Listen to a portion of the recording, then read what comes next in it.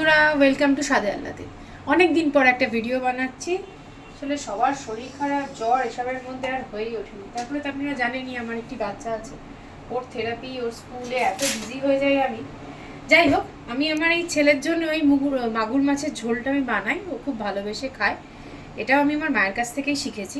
তাই ভাবলাম চটজলদি এই গরমে খাওয়ার জন্য এটা খুব টেস্টি জিনিস, তাই আপনাদের সাথে একটু শেয়ার করে নিই। আমি এখানে 4 পিস, দেখতেই পাচ্ছেন, বড় বড় পিস নিয়েছি। আমি এক ছোট স্টিলের চামচের আদা বাটা এতে অ্যাড করলাম। এর সাথে আমরা অ্যাড করব এতে হলুদ গুঁড়োটা 1/2 টিস্পুন মতন, জিরে গুঁড়ো 1 টিস্পুন মতন। এবারে আপনার যেরকম মাছের পরিমাণ হবে সেই অনুযায়ী আপনি এতে অ্যাড করবেন। এতে আমি সামান্য একটুখানি কাশ্মীরি লঙ্কার গুঁড়ো অ্যাড করলাম, তার সাথে অল্প একটু নুন অ্যাড করে দিচ্ছি আমি এতে। এরপর আমরা এতে অ্যাড করব সর্ষের তেল। এই মাছটা একটু তেল বেশি লাগে, বাট যেহেতু গরম আমরা একটু অল্প তেলেই করব। সামান্য সর্ষের তেল আমরা অ্যাড করে দিলাম এতে। এবার এই মাছটাকে আমরা খুব ভালো করে হাত দিয়ে আমি মেখে নেব। দিয়ে মাছটাকে এই যে মেখে নিলাম আমরা, এই মাছটাকে অন্তত আমরা খুব কম করে হলেও অন্তত 10 মিনিটের জন্য কভার করে দিয়ে রেস্ট করতে দেবো। তারপর আমরা এটাকে রান্না করব।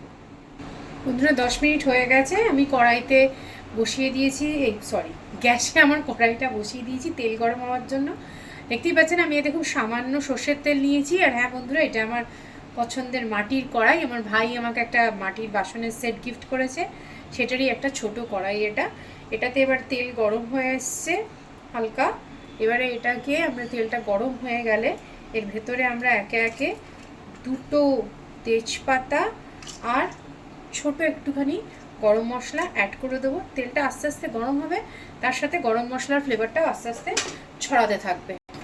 গরম মশলাটা ভাজা হয়ে গেছে, গন্ধও বেরোচ্ছে। এবার আমি ওতে অ্যাড করে দিচ্ছি একটা কাঁচা লঙ্কা। আমার ছেলে খুব বেশি ঝাল খেতে পারে না। ইট ডিপেন্ডস কী রান্না হচ্ছে। যদি চিকেন হয় ঝাল হলেও খেয়ে নেবে।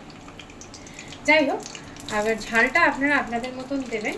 আমি এতে 4 টুকরো আলু অ্যাড করলাম। আপনারা আলু অ্যাড করতেও পারেন, নাও করতে পারেন, কোনো অসুবিধা নেই তাতে। এবারে একটু আলুটা একটু নেড়ে চেড়ে নিয়ে আমরা এটাতে মাছটা অ্যাড করব। যে কোনো রান্না, আপনি প্লেন মাছের ঝোল বলুন, চিকেন বলুন বা ডিম বলুন, মাটির পাত্রে রান্না করলে তার যা স্বাদ আর গন্ধ, তার কোনো তুলনাই হবে না। এবার আমরা এতে মাছটা অ্যাড করে দেবো।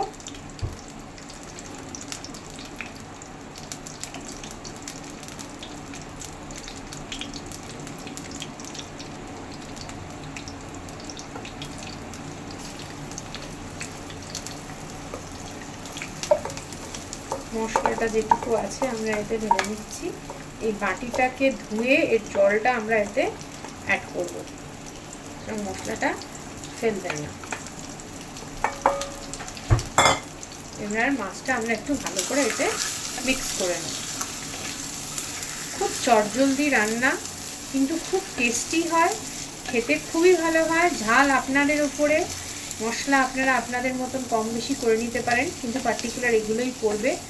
আদা বাটা, জিরে গুঁড়ো, কাশ্মীরি লঙ্কার গুঁড়ো, আপনার ইচ্ছে মতন হলুদ গুঁড়ো দিয়ে এটাকে ভালো করে মিক্স করে নেব। নিয়ে আমরা একটুখানি এটাকে ঢাকা দিয়ে 5-7 মিনিটের জন্য অন্তত ছেড়ে দেবো। তারপর এতে আমরা জল অ্যাড করব। এটা 5 মিনিট হোক, তারপর আমরা আবার কন্টিনিউ। আমরা মাঝখানে ঢাকা খুলে একবার একটুখানি নেড়ে মাছগুলোকে পাল্টি করে দেবো, যাতে মাছগুলো একটুখানি সতে হয়ে যায়। দিয়ে আবার 5-7 মিনিটের জন্য আমরা একটু এটাকে চাপা দিয়ে হতে দেবো।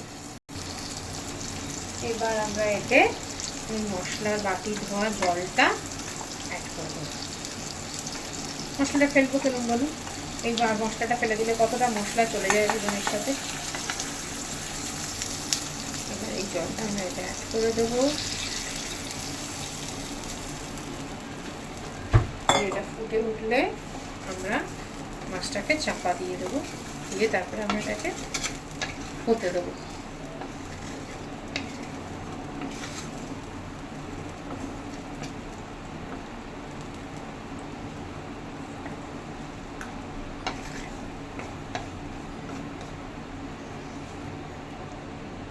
দেখুন বন্ধুরা, আমাদের মাছ এখন একদম রেডি। আলু সেদ্ধ হয়ে গেছে, মাছের ঝোলও এসেছে। এখন শুধু একটুখানি নুনটা একদম পাতলা একটা ঝোল হয়েছে। দেখুন, গরমে খাওয়ার জন্য একদম আদর্শ কিন্তু টেস্টি।